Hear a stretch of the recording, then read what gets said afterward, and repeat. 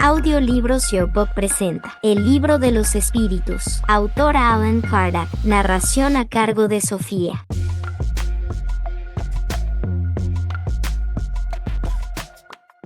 Libro tercero, capítulo 10. Noveno, Ley de libertad. Libertad natural. Esclavitud. Libertad de pensamiento. Libertad de conciencia. Libre albedrío. Fatalidad. Conocimiento del porvenir. Resumen teórico del móvil de las acciones del hombre. Libertad natural. ¿Hay en el mundo posiciones en que el hombre pueda jactarse de disfrutar de una libertad absoluta? No, porque todos vosotros os necesitáis mutuamente, tanto los pequeños como los grandes. ¿En qué condición el hombre podría gozar de una libertad absoluta? En la del ermitaño en un desierto. Desde el momento en que dos hombres están juntos, tienen derechos que respetar, por consiguiente, ya no gozan de una libertad absoluta. La obligación de respetar los derechos del prójimo quita al hombre el derecho de ser dueño de sí mismo. De ningún modo, porque ese es un derecho que le concede la naturaleza. ¿Cómo se pueden conciliar las opiniones liberales de algunos hombres con el despotismo que suelen ejercer en su propio hogar y sobre sus subordinados? Tienen la comprensión de la ley natural, pero se halla neutralizada por el orgullo y el egoísmo. Comprenden lo que deben hacer, pero no lo hacen, salvo cuando teatralizan sus principios a fin de obtener de ello algún provecho. Los principios que han profesado en la tierra se les tomarán en cuenta en la otra vida. Cuanto más inteligencia tiene el hombre para comprender un principio, tanto menos excusable es de no aplicarlo a sí mismo. En verdad os digo que el hombre simple, pero sincero, está más adelantado en el camino de Dios que el que pretende aparentar lo que no es. Esclavitud. ¿Hay hombres que por naturaleza están destinados a ser propiedad de otros hombres? Toda sujeción absoluta de un hombre a otro es contraria a la ley de Dios. La esclavitud constituye un abuso de la fuerza. Desaparece con el progreso, así como poco a poco desaparecen todos los abusos. La ley humana que consagra la esclavitud es una ley contraria a la naturaleza, puesto que equipara al hombre con el animal y lo degrada moral y físicamente. Cuando la esclavitud forma parte de las costumbres de un pueblo, los que se benefician con ella son reprensibles, toda vez que no hacen más que adaptarse a un uso que les parece natural. El mal siempre es el mal, y ninguno de vuestros sofismas logrará que una mala acción se torne buena. Con todo, la responsabilidad del mal depende de los medios de que se dispone para comprenderlo. El que saca provecho de la ley de esclavitud es siempre culpable de una violación a la ley natural. Pero en esto, como en todas las cosas, la culpabilidad es relativa. Dado que la esclavitud fue admitida entre las costumbres de algunos pueblos, el hombre ha podido sacar provecho de ella de buena fe, como de algo que le parecía natural. No obstante, tan pronto como su razón, más desarrollada y, sobre todo, esclarecida por las luces del cristianismo, le mostró que el esclavo era igual a él ante Dios, ya no tuvo excusa. La desigualdad natural de las aptitudes ¿no coloca a ciertas razas humanas bajo la dependencia de otras más inteligentes? Sí, para elevarlas, y no para embrutecerlas aún más mediante la servidumbre. Durante mucho tiempo los hombres consideraron a los integrantes de ciertas razas humanas como animales de trabajo provistos de brazos y manos, y se creyeron con derecho a venderlos como bestias de carga. Esos hombres piensan que son de sangre más pura. Insensatos, solo ven la materia. La sangre no es más pura o menos pura, sino el espíritu. Hay personas que tratan a sus esclavos con humanidad, no permiten que les falte nada y piensan que la libertad los expondría a mayores privaciones. ¿Qué dices acerca de ellos? Digo que comprenden mejor sus propios intereses. También cuidan mucho a sus bueyes y a sus caballos, a fin de sacar más provecho de ellos en el mercado. No son tan culpables como los que maltratan a sus esclavos, pero no dejan de disponer de ellos como de una mercancía, pues los privan del derecho a ser dueños de sí mismos. Libertad de pensamiento. ¿Hay en el hombre algo que escape a todo tipo de coacción y por lo cual goce de una libertad absoluta? Por el pensamiento el hombre goza de una libertad sin límites, pues el pensamiento no conoce obstáculos. Se puede impedir su manifestación, pero no aniquilarlo. ¿El hombre es responsable de su pensamiento? Es responsable de él ante Dios. Dado que solo Dios puede conocer ese pensamiento, lo condena o lo absuelve según su justicia. Libertad de conciencia. La libertad de conciencia es una consecuencia de la libertad de pensar. La conciencia es un pensamiento íntimo que pertenece al hombre, al igual que el resto de sus pensamientos. ¿El hombre tiene derecho a poner obstáculos para la libertad de conciencia? No más que para la libertad de pensar, pues solo a Dios compete el derecho de juzgar a la conciencia. Del mismo modo que el hombre regula mediante sus leyes las relaciones de los hombres entre sí, Dios, mediante las leyes de la naturaleza, regula las relaciones del hombre con él. ¿Cuál es el resultado de los obstáculos que se ponen para la libertad de conciencia? Obligar a los hombres a que obren de otro modo que como piensan es convertirlos en hipócritas. La libertad de conciencia es uno de los caracteres de la verdadera civilización y del progreso. ¿Es respetable toda creencia, aunque sea notoriamente falsa? Toda creencia es respetable cuando es sincera y conduce a la práctica del bien. Las creencias reprobables son las que conducen al mal. ¿Somos reprensibles si agraviamos por su creencia a quien no piensa como nosotros? Faltáis a la caridad y atentáis contra la libertad de pensar. Poner obstáculos para las creencias que pueden llegar a perturbar a la sociedad ¿implica atentar contra la libertad de conciencia? Es posible reprimir los actos, pero la creencia íntima es es inaccesible. Reprimir los actos exteriores de una creencia, cuando esos actos ocasionan cualquier perjuicio para los demás, no implica atentar contra la libertad de conciencia, pues dicha represión deja completamente libre a la creencia. Por respeto a la libertad de conciencia, debemos permitir que se difundan doctrinas perniciosas. O podemos, sin atentar contra esa libertad, intentar que vuelvan al camino de la verdad aquellos que se han extraviado por seguir principios falsos. Sin duda podéis intentarlo, e incluso debéis hacerlo. Pero enseñad, según el ejemplo de Jesús, mediante la dulzura y la persuasión, y no por la fuerza, lo cual sería peor que la creencia de aquel a quien queréis convencer. Si hay algo que está permitido imponer, es el bien y la fraternidad. Con todo, no creemos que el medio de lograr que se los admita sea obrar con violencia, pues la convicción no se impone. Dado que todas las doctrinas abrigan la pretensión de ser la única expresión de la verdad, ¿mediante qué señales podemos reconocer a aquella que tiene derecho a presentarse como tal? Será la que haga más hombres de bien y menos hipócritas, es decir, hombres que lleven a la práctica la ley de amor y caridad en su mayor pureza y en su aplicación más amplia. Mediante esa señal reconoceréis que una doctrina es buena, pues toda doctrina cuya consecuencia sea sembrar la desunión y establecer una demarcación entre los hijos de Dios, solo puede ser falsa y perniciosa. Libre albedrío. ¿El hombre tiene el libre albedrío de sus actos? Dado que tiene la libertad de pensar, tiene la de obrar. Sin libre albedrío, el hombre sería una máquina. ¿El hombre goza de libre albedrío desde el nacimiento? Tiene la libertad de obrar tan pronto como tiene voluntad de hacer. En las primeras etapas de la vida, la libertad es casi nula. Se desarrolla y cambia de objeto junto con las facultades. Dado que el niño tiene pensamientos acordes con las necesidades propias de su edad, aplica su libre albedrío a las cosas que necesita. Las predisposiciones instintivas que el hombre trae al nacer no son un obstáculo para el ejercicio del libre albedrío. Las predisposiciones instintivas son las del espíritu antes de su encarnación. Según sea el más o menos adelantado, pueden incitarlo a cometer actos reprensibles, y en eso será secundado por los espíritus que simpatizan con esas disposiciones. Sin embargo, no hay incitación que sea irresistible cuando se tiene la voluntad de resistir. Recordad que querer es poder. La organización influye en los actos de la vida. Si ejerce una influencia, lo hace a expensas del libre albedrío. No cabe duda de que la materia ejerce una influencia en el espíritu y puede obstaculizar sus manifestaciones. Por eso, en los mundos donde los cuerpos son menos materiales que en la tierra, las facultades se desarrollan con mayor libertad. Con todo, el instrumento no confiere la facultad. Por lo demás, aquí es preciso distinguir las facultades morales de las intelectuales. Si un hombre tiene un instinto homicida, con toda seguridad es su propio espíritu el que lo posee y el que se lo confiere, pero no sus órganos. Aquel que anula su pensamiento para ocuparse solo de la materia, se vuelve semejante al animal, y peor aún, porque ya no piensa en precaverse contra el mal, y en esto comete una falta, puesto que obra así por su voluntad. La perturbación de las facultades quita al hombre el libre albedrío. Aquel cuya inteligencia se encuentra perturbada por alguna causa, ya no es dueño de su pensamiento y, por consiguiente, no tiene libertad. Esa perturbación suele ser un castigo para el espíritu, que en una existencia anterior ha sido vano y orgulloso, y empleó mal sus facultades. Entonces podrá renacer en el cuerpo de un idiota, así como el déspota en el de un esclavo y el mal rico en el de un mendigo. No obstante, el espíritu sufre con esa coacción, de la que tiene perfecta conciencia. En eso radica la acción de la materia. La perturbación de las facultades intelectuales a causa de la embriaguez, ¿excusa los actos reprensibles? No, porque el ebrio se ha privado voluntariamente de la razón para satisfacer pasiones brutales. En vez de una falta, comete dos. En el hombre en estado salvaje, ¿cuál es la facultad dominante? ¿El instinto o el libre albedrío? El instinto, lo que no le impide que obre con completa libertad en algunas cosas. Con todo, así como el niño, aplica esa libertad a sus necesidades, y ella se desarrolla con la inteligencia. Por consiguiente, tú, que eres más instruido que un salvaje, eres también más responsable que él por lo que haces. La posición social no es a veces un obstáculo para la completa libertad de acción. El mundo tiene, sin duda, sus exigencias. Dios es justo, toma en cuenta todo, pero os deja la responsabilidad de los escasos esfuerzos que hacéis para superar los obstáculos. Fatalidad. ¿Existe una fatalidad en los acontecimientos de la vida, conforme al sentido que se da a esa palabra? Es decir, todos los acontecimientos están determinados con antelación. En ese caso, ¿qué sucede con el libre albedrío? La fatalidad solo existe en la elección de sufrir tal o cual prueba que el espíritu ha hecho al encarnar. Al elegirla, el espíritu se traza una especie de destino, que es la consecuencia misma de la situación en que se encontrará. Me refiero a las pruebas físicas, porque con respecto a las pruebas morales y a las tentaciones, dado que el espíritu conserva su libre albedrío acerca del bien y del mal, siempre es dueño de ceder o de resistir. Un espíritu bueno, al verlo flaquear, puede acudir en su ayuda, pero no puede influir en él hasta el punto de adueñarse de su voluntad. Un espíritu malo, es decir, inferior, al mostrarle y exagerarle un peligro físico, puede hacerlo vacilar y atemorizarlo. No obstante, la voluntad del espíritu encarnado no deja por ello de estar libre de todo obstáculo. Hay personas a quienes parece perseguir una fatalidad, independientemente de su manera de obrar. ¿Está la desdicha en su destino? Tal vez sean pruebas que deben sufrir y que han elegido. Volvéis a culpar al destino de lo que casi siempre no es más que la consecuencia de vuestras propias faltas. En los males que te afligen, crimen, trata de conservar pura la conciencia, y eso será parte de tu consuelo. Las ideas correctas o falsas que nos formamos acerca de las cosas son la causa de nuestros triunfos o fracasos, conforme a nuestro carácter y nuestra posición social. Consideramos más sencillo y menos humillante para nuestro amor propio atribuir nuestros fracasos a la suerte o al destino, antes que a nuestras propias faltas. Si bien la influencia de los espíritus a veces contribuye a ello, siempre podemos sustraernos a esa influencia rechazando las ideas que nos sugieren, cuando estas son malas. Algunas personas se libran de un peligro mortal para caer en otro. Parece como si no pudieran escapar de la muerte. No hay en eso una fatalidad, solo es fatal, en el verdadero sentido de la palabra, el instante de la muerte. Cuando ese momento ha llegado, ya sea por un medio o por otro, no podéis sustraeros a él. Así pues, sea cual fuere el peligro que nos amenace, no moriremos si no nos ha llegado la hora. No, no perecerás. Tienes de ello miles de ejemplos. Sin embargo, cuando haya llegado la hora de tu partida, nada podrá impedirlo. Dios sabe por anticipado el tipo de muerte con que partirás de la tierra, y a menudo tu espíritu también lo sabe, porque le es revelado cuando elige una existencia determinada. Dado que la hora de la muerte es indefectible, ¿se sigue de ahí que las precauciones que tomemos para evitarla sean inútiles? No, porque las precauciones que tomáis os son sugeridas con miras a evitar la muerte que os amenaza. Son uno de los medios para que no ocurra. ¿Cuál es el objetivo de la providencia al hacernos correr peligros que no tendrán ninguna consecuencia? Cuando tu vida esté expuesta a un riesgo, se trata de una advertencia que tú mismo deseaste a fin de apartarte del mal y hacerte mejor. Cuando te libras de ese riesgo, mientras aún te encuentras bajo la influencia del peligro que has corrido, piensas con mayor o menor intensidad en ser mejor, conforme a la mayor o menor intensidad de la acción que los espíritus buenos ejercen sobre ti. Pero cuando se acerca un espíritu malo se sobreentiende que digo malo en el sentido del mal que todavía hay en él. Piensas que volverás a librarte de otros peligros en el futuro, y nuevamente das rienda suelta a tus pasiones. Mediante los peligros que corréis, Dios os recuerda vuestra debilidad y la fragilidad de vuestra existencia. Si examinamos la causa y la naturaleza del peligro, veremos que casi siempre sus consecuencias habrían sido el castigo de una falta cometida o de un deber descuidado. Dios os advierte de ese modo para que reflexionéis acerca de vosotros mismos y os enmendéis. El espíritu sabe por anticipado el tipo de muerte con que habrá de sucumbir, sabe que la clase de vida que eligió lo expone a morir de una manera más que de otra. No obstante, también conoce las luchas que habrá de sostener para evitarlo, y que, si Dios lo permite, no sucumbirá. Hay hombres que afrontan el peligro de las batallas persuadidos de que no ha llegado su hora. ¿Tiene algún fundamento esa confianza? Muy a menudo el hombre tiene el presentimiento de su fin, como puede tener el de que aún no morirá. Ese presentimiento procede de sus espíritus protectores, los cuales quieren advertirle que esté listo para partir, o le infunden valor en los momentos en que más lo necesita. También puede proceder de la intuición que tiene de la existencia que eligió, o de la misión que ha aceptado y que sabe que deberá cumplir. ¿A qué se debe que quienes presienten su muerte le temen, por lo general, menos que los otros? Quien teme a la muerte es el hombre y no el espíritu. El que la presiente piensa más como espíritu que como hombre, comprende su liberación y la aguarda. Si la muerte no puede evitarse cuando debe ocurrir, sucede lo mismo con todos los accidentes que sufrimos en el transcurso de la vida. Cuando se trata de cosas bastante insignificantes, nosotros podemos preveniros de ellas, y a veces hacemos que las evitéis dirigiendo vuestro pensamiento, pues no nos agrada el sufrimiento material. No obstante, eso es poco relevante para la vida que habéis elegido. La fatalidad, en verdad, solo consiste en la hora en que debéis aparecer en la tierra, así como en la que habréis de desaparecer de ella. Hay hechos que deben suceder forzosamente y que la voluntad de los espíritus no puede evitar. Sí, pero que tú, en el estado de espíritu, has visto y presentido cuando hiciste tu elección. Sin embargo, no creas que todo lo que sucede está escrito, como dicen. Un acontecimiento suele ser la consecuencia de algo que has hecho mediante un acto de tu voluntad libre, de modo que, si no hubieras hecho eso, el acontecimiento no habría tenido lugar. Si te quemas un dedo, no es más que el resultado de tu imprudencia y el efecto de la materia. Solo los grandes dolores, los acontecimientos importantes, que pueden influir en la moral, han sido previstos por Dios, porque son útiles para tu purificación y tu esclarecimiento. El hombre, mediante su voluntad y sus actos, puede evitar que tengan lugar acontecimientos que debían ocurrir, y a la inversa, sí, puede hacerlo, en caso de que esa desviación aparente se integre a la vida que ha elegido. Además, para hacer el bien como debe ser y por tratarse del único objetivo de la vida puede impedir el mal, sobre todo aquel que contribuiría a un mal mayor. El hombre que cometió un asesinato, ¿sabía, cuando eligió su existencia, que se convertiría en un asesino? No, sabía que si optaba por una vida de lucha tendría la posibilidad de matar a uno de sus semejantes, pero ignoraba si lo haría, porque el hombre casi siempre delibera antes de cometer el crimen. Ahora bien, el que delibera acerca de algo siempre es libre de hacerlo o no. Si el espíritu supiera por anticipado que, como hombre, habrá de cometer un asesinato, estaría predestinado a ello. Sabed, pues, que nadie está predestinado al crimen, y que todo crimen, así como cualquier otro acto, es en todos los casos el resultado de la voluntad y del libre albedrío. Además, vosotros siempre confundís dos cosas muy distintas: los acontecimientos materiales de la vida y los actos de la vida moral. Si a veces existe la fatalidad, es en esos acontecimientos materiales, cuya causa es ajena a vosotros, y que son independientes de vuestra voluntad. En cuanto a los actos de la vida moral, emanan siempre del propio hombre, quien, por consiguiente, siempre tiene la libertad de elección. En relación con esos actos, pues, nunca existe la fatalidad. Hay personas a las cuales entonces nada les sale bien. Un genio malo parece perseguirlas en todas sus empresas. ¿Se puede denominar a eso fatalidad? Es fatalidad, si así quieres denominarla, pero es el resultado de la elección de la clase de existencia, porque esas personas han querido ser probadas mediante una vida de decepciones, a fin de ejercitar la paciencia y la resignación. Con todo, no creas que esa fatalidad sea absoluta. Suele ser el resultado del camino equivocado que han tomado y que no está a la altura de su inteligencia y sus aptitudes. El que quiere cruzar a nado un río, sin saber nadar, tiene muchas posibilidades de ahogarse. Así sucede en la mayoría de los acontecimientos de la vida. Si el hombre solo emprendiera obras que estuviesen a la altura de sus facultades, por lo general tendría éxito, pero se pierde por el amor propio y la ambición, que lo desvían del camino y hacen que confunda el deseo de satisfacer ciertas pasiones con una vocación. Fracasa por su culpa. No obstante, en lugar de admitir su error, prefiere acusar de ello a su estrella. Es el caso de quien se muere de hambre porque quiso ser un mal poeta en vez de ganarse honradamente la vida como un obrero eficiente. Habría lugar para todos si cada uno supiera ocupar el lugar que le corresponde. Las costumbres sociales no suelen obligar al hombre a seguir un camino antes que otro. ¿No está él sometido al control de la opinión cuando elige sus ocupaciones? Lo que llamamos respeto humano no es un obstáculo para el ejercicio del libre albedrío. Los hombres crean las costumbres sociales, no Dios. Si se someten a ellas es porque les conviene, lo cual también constituye un acto de su libre albedrío, puesto que si lo quisieran podrían liberarse de esas costumbres. Entonces, ¿por qué se quejan? No deben acusar a las costumbres sociales, sino a su tonto amor propio, que hace que prefieran morirse de hambre antes que renunciar a cumplirlas. Nadie les toma en cuenta ese sacrificio hecho a favor de la opinión. En cambio, Dios sí tomaría en cuenta el sacrificio de su vanidad. Esto no quiere decir que haya que desafiar a esa opinión innecesariamente, como lo hacen algunas personas que tienen más originalidad que verdadera filosofía. Hay tanto desatino en hacer que a uno lo señalen con el dedo o lo miren cual si fuera un bicho raro, como sabiduría en descender por propia voluntad y sin quejarse, cuando uno no puede mantenerse en lo alto de la escala. Hay personas a quienes la suerte les es contraria. En cambio, a otras parece favorecerlas, pues todo les sale bien. ¿A qué se debe esto último? A menudo es porque son más ingeniosas, aunque también puede tratarse de una clase de prueba. El éxito las embriaga. Se fían de su destino y más tarde suelen pagar esos mismos éxitos con crueles reveses, que habrían podido evitar con prudencia. ¿Cómo explicar la suerte que favorece a algunas personas en circunstancias en las que no intervienen en modo alguno la voluntad ni la inteligencia? En el juego, por ejemplo, algunos espíritus han elegido por anticipado determinados tipos de placer. La suerte que los favorece es una tentación. El que gana como hombre, pierde como espíritu. Se trata de una prueba para su orgullo y su codicia. Así pues, la fatalidad que parece presidir los destinos materiales de nuestra vida, sería también un efecto de nuestro libre albedrío. Tú mismo has elegido tu prueba. Cuanto más ruda sea y cuanto mejor la soportes, tanto más te elevarás. Los que pasan su vida en la abundancia y la felicidad humana son espíritus cobardes que permanecen estacionarios. Así, el número de infortunados es muy superior al de los dichosos de la tierra, dado que la inmensa mayoría de los espíritus buscan la prueba que les será más fructífera. Conocen demasiado bien la futilidad de vuestras grandezas y placeres. Además, hasta la vida más feliz inevitablemente es agitada y desordenada, incluso en ausencia del dolor. ¿De dónde proviene la expresión nacer con buena estrella? Antigua superstición que relacionaba las estrellas con el destino de cada hombre. Alegoría que algunas personas toman tontamente al pie de la letra. Conocimiento del porvenir. ¿El porvenir puede ser revelado al hombre? En principio, el porvenir se le oculta, y solo en casos raros y excepcionales Dios permite que le sea revelado. ¿Con qué objetivo se oculta al hombre el porvenir? Si el hombre conociera el porvenir, descuidaría el presente y no obraría con la misma libertad, porque estaría dominado por la idea de que si una cosa debe ocurrir no hay razón para ocuparse de ella, o trataría de ponerle obstáculos. Dios no quiso que fuese así, a fin de que cada uno coopere en la realización de las cosas, incluso de aquellas a las que querría oponerse. De ese modo, tú mismo sueles preparar, sin sospecharlo, los acontecimientos que sobrevendrán en el curso de tu vida. Dado que resulta útil que el porvenir permanezca oculto, porque Dios permite, a veces, que no sea revelado. Dios lo permite cuando ese conocimiento previo debe facilitar la realización de algo en lugar de obstaculizarlo, comprometiendo a actuar de un modo diferente a como se habría actuado sin ese conocimiento. Por otra parte, suele ser una prueba. La perspectiva de un acontecimiento puede despertar pensamientos más o menos buenos. Si un hombre debe saber, por ejemplo, que recibirá una herencia con la que no contaba, podrá ser tentado por un sentimiento de codicia, por el júbilo de aumentar sus goces terrenales, por el deseo de poseer esa fortuna cuanto antes, anhelando tal vez la muerte de aquel que habrá de legársela. Por el contrario, esa perspectiva podrá despertar en él buenos sentimientos e ideas generosas. Si la predicción no se cumple, constituye otra prueba, la de cómo soportará la decepción. Con todo, no por eso dejará de tener el mérito o el demérito de los pensamientos buenos o malos que la creencia en el acontecimiento ha generado en él. Dado que Dios lo sabe todo, también sabe si un hombre habrá de sucumbir o no ante una determinada prueba. En ese caso, ¿cuál es la necesidad de dicha prueba? Si no puede mostrarle a Dios nada que ya no sepa acerca de ese hombre, tanto valdría preguntar por qué Dios no creó al hombre perfecto y acabado, o por qué el hombre pasa por la infancia antes de llegar a la edad adulta. El objetivo de la prueba no es instruir a Dios acerca del mérito de ese hombre, porque Dios sabe perfectamente lo que vale, sino dejar a ese hombre la responsabilidad completa de su acción, puesto que que él es libre de realizarla o no. Dado que el hombre puede elegir entre el bien y el mal, la prueba tiene la finalidad de enfrentarlo a la tentación del mal y dejarle todo el mérito de resistirlo. Ahora bien, aunque Dios sepa perfectamente bien, por anticipado, si triunfará o no, no puede en su justicia castigarlo ni recompensarlo por un acto que no ha cometido. Lo mismo sucede entre los hombres. Por muy capaz que sea un estudiante, por más certeza que tengamos de que aprobará, no se le otorga ningún título sin un examen, es decir, sin una prueba. Del mismo modo, el juez solo condena a un acusado sobre la base del acto consumado y no por la presunción de que podrá o deberá consumarlo. Cuanto más reflexionamos acerca de las consecuencias que para el hombre resultarían del conocimiento del porvenir, tanto más vemos cuán sabia ha sido la providencia al ocultárselo. La certeza de un acontecimiento dichoso lo sumiría en la inacción, la de un acontecimiento desgraciado, en el desánimo. En ambos casos sus fuerzas se verían paralizadas. Por esa razón, el porvenir solo se muestra al hombre como un objetivo que debe alcanzar mediante sus esfuerzos, pero sin que conozca la serie de pasos que tendrá que dar para lograrlo. El conocimiento de todos los incidentes del camino le impediría tomar la iniciativa y hacer uso de su libre albedrío. Se dejaría llevar por la pendiente fatal de los acontecimientos, sin ejercer sus facultades. Cuando el éxito de algo está asegurado, ya no nos preocupamos por ello. Resumen teórico del móvil de las acciones del hombre. La cuestión del libre albedrío puede resumirse así. El hombre no es fatalmente conducido al mal. Los actos que realiza no están escritos de antemano. Los crímenes que comete no son el resultado de una sentencia del destino. El hombre puede, como prueba o expiación, elegir una existencia en la que sufrirá las incitaciones del crimen, ya sea por el medio en que se encuentre o por las circunstancias que sobrevengan. No obstante, siempre es libre de obrar o de no obrar. Así pues, el libre albedrío existe en el estado de espíritu, en la elección de la existencia y de las pruebas, y en el estado corporal, en la facultad de ceder o resistir a las incitaciones a que nos hemos sometido voluntariamente. Compete a la educación combatir esas malas tendencias, y lo hará con provecho cuando se base en el estudio profundo de la naturaleza moral del hombre. Mediante el conocimiento de las leyes que rigen a esa naturaleza moral se llegará a modificarla, así como se modifica la inteligencia mediante la instrucción y el temperamento mediante la higiene. El espíritu, desprendido de la materia y en el estado errante, elige sus futuras existencias corporales según el grado de perfección que ha alcanzado, y en eso sobre todo consiste, como hemos dicho, su libre albedrío. Esa libertad no queda anulada por la encarnación. Si el espíritu cede a la influencia de la materia es porque sucumbe ante las pruebas que él mismo eligió, y para que lo ayuden a superarlas puede invocar la asistencia de Dios y de los espíritus buenos. Sin el libre albedrío el hombre no tiene culpa por el mal ni mérito por el bien. Esto es a tal punto admitido que en el mundo siempre se censura o se elogia la intención, es decir, la voluntad. Ahora bien, quien dice voluntad, dice libertad. Por consiguiente, el hombre no puede valerse de su organización como excusa para justificar sus malas acciones, sin abdicar de su razón y de su condición de ser humano, para equipararse con los animales. Si es así para el mal, lo mismo será para el bien. No obstante, cuando el hombre hace el bien pone mucho cuidado en que se le reconozca el mérito a él mismo, y se abstiene de atribuírselo a sus órganos, lo cual prueba que instintivamente no renuncia, a pesar de lo que opinan algunos sistemáticos, al más bello privilegio de su especie, la libertad de pensar. La fatalidad, tal como se le entiende vulgarmente, supone la decisión previa e irrevocable de todos los acontecimientos de la vida, cualquiera que sea su importancia. Si ese fuera el orden de las cosas, el hombre sería una máquina sin voluntad, dado que se hallaría invariablemente dominado en todos sus actos por el poder del destino, para que le serviría la inteligencia. Tal doctrina, en caso de ser cierta, implicaría la destrucción de toda libertad moral. Ya no habría responsabilidad para el hombre y, por consiguiente, dejarían de existir el bien y el mal, los crímenes y las virtudes. Dios, soberanamente justo, no podría castigar a su criatura por faltas cuya realización no dependería de ella, así como tampoco podría recompensarla por virtudes cuyo mérito no tendría. Semejante ley sería, además, la negación de la ley del progreso, pues el hombre que esperase todo de la suerte no intentaría nada para mejorar su posición, puesto que ésta no sería ni mejor ni peor. La fatalidad no es, con todo, una palabra vana. Existe en la posición que el hombre ocupa en la tierra y en las funciones que desempeña en ella, como consecuencia del tipo de existencia que su espíritu eligió, ya sea una prueba, una expiación o una misión. El hombre sufre fatalmente todas las vicisitudes de esa existencia y todas las tendencias, buenas o malas, que le son inherentes, pero la fatalidad se detiene allí, porque depende de su voluntad que ceda o no a esas tendencias. El detalle de los acontecimientos está subordinado a las circunstancias que el propio hombre provoca con sus actos, y en los cuales pueden influir los espíritus mediante los pensamientos que le sugieren. La fatalidad está, pues, en los acontecimientos que se presentan, dado que ellos son la consecuencia de la elección de la existencia que ha hecho el espíritu. Tal vez no esté en el resultado de esos acontecimientos, pues del hombre depende modificar el curso de los mismos con su prudencia. Nunca hay fatalidad en los actos de la vida moral. En la muerte el hombre sí se haya sometido de manera absoluta a la inexorable ley de la fatalidad, pues no puede librarse de la sentencia que fija el término de su existencia, ni del tipo de muerte que debe interrumpir su curso. Según la doctrina vulgar, el hombre extrae de sí mismo todos sus instintos. Estos proceden de su organización física, de la cual él no es responsable, o de su propia naturaleza, en la que encuentra una excusa ante sus propios ojos diciendo que no es culpa suya ser como es. La doctrina espírita es, evidentemente, más moral. Admite en el hombre el libre albedrío en toda su plenitud. esclavitud. Al decirle que si hace el mal cede a una mala sugestión extraña, le deja la responsabilidad completa, puesto que reconoce en él el poder de resistir, lo cual es evidentemente más fácil que si tuviera que luchar contra su propia naturaleza. Así, según la doctrina espírita, no hay incitación irresistible. El hombre puede siempre cerrar los oídos a la voz oculta que lo incita al mal en su foro interior, así como puede cerrarlos a la voz material de quien le habla. Puede hacerlo mediante su voluntad, pidiéndole a Dios la fuerza necesaria y reclamando con ese fin la asistencia de los espíritus buenos. Eso es lo que nos enseña Jesús en la sublime plegaria de la oración dominical, cuando nos hace decir: no nos dejes caer en la tentación, mas líbranos del mal. Esta teoría de la causa excitante de nuestros actos resulta evidentemente de toda la enseñanza que imparten los espíritus. No solo es sublime en cuanto a su moralidad, sino que agregamos eleva al hombre ante sí mismo. Lo muestra libre de sacudirse un yugo obsesor, así como es libre de cerrar su casa a los inoportunos. Ya no es una máquina que funciona mediante un impulso independiente de su voluntad, sino un ser de razón que escucha, juzga y elige libremente entre dos consejos. Añadamos que, a pesar de esto, el hombre no se halla privado de su iniciativa, no deja de obrar por su propio impulso, puesto que en definitiva no es más que un espíritu encarnado que conserva, bajo la envoltura corporal, las cualidades y los defectos que tenía como espíritu. Por consiguiente, la causa principal de las faltas que cometemos está en nuestro propio espíritu, que todavía no alcanzó la superioridad moral que tendrá algún día, aunque no por eso carece de libre albedrío. La vida corporal le fue otorgada para que purgue sus imperfecciones mediante las pruebas que sufre en ella, y son precisamente esas imperfecciones las que lo tornan más débil y más accesible a las sugestiones de los otros espíritus imperfectos, que se aprovechan de ellas para tratar de hacerlo sucumbir en la lucha que ha emprendido. Si sale victorioso de esa lucha, se eleva. Si fracasa, sigue siendo lo que era, ni mejor ni peor. Se trata de una prueba que deberá recomenzar, y eso puede durar mucho tiempo. Cuanto más se purifica, tanto más disminuyen sus puntos débiles y menos motivos da a los que lo incitan al mal. Su fuerza moral crece a causa de su elevación, y los espíritus malos se alejan de él. Todos los espíritus, más o menos buenos, cuando están encarnados, constituyen la especie humana, y como la Tierra es uno de los mundos menos adelantados, en ella se encuentran más espíritus malos que buenos. Por eso vemos aquí tanta perversidad. Esforcémonos, pues, para no tener que volver a este mundo después de la actual estadía, y para que merezcamos ir a descansar en un mundo mejor, en uno de esos mundos privilegiados en los que el bien reina con exclusividad y donde solo recordaremos nuestro paso por la tierra como un periodo de exilio.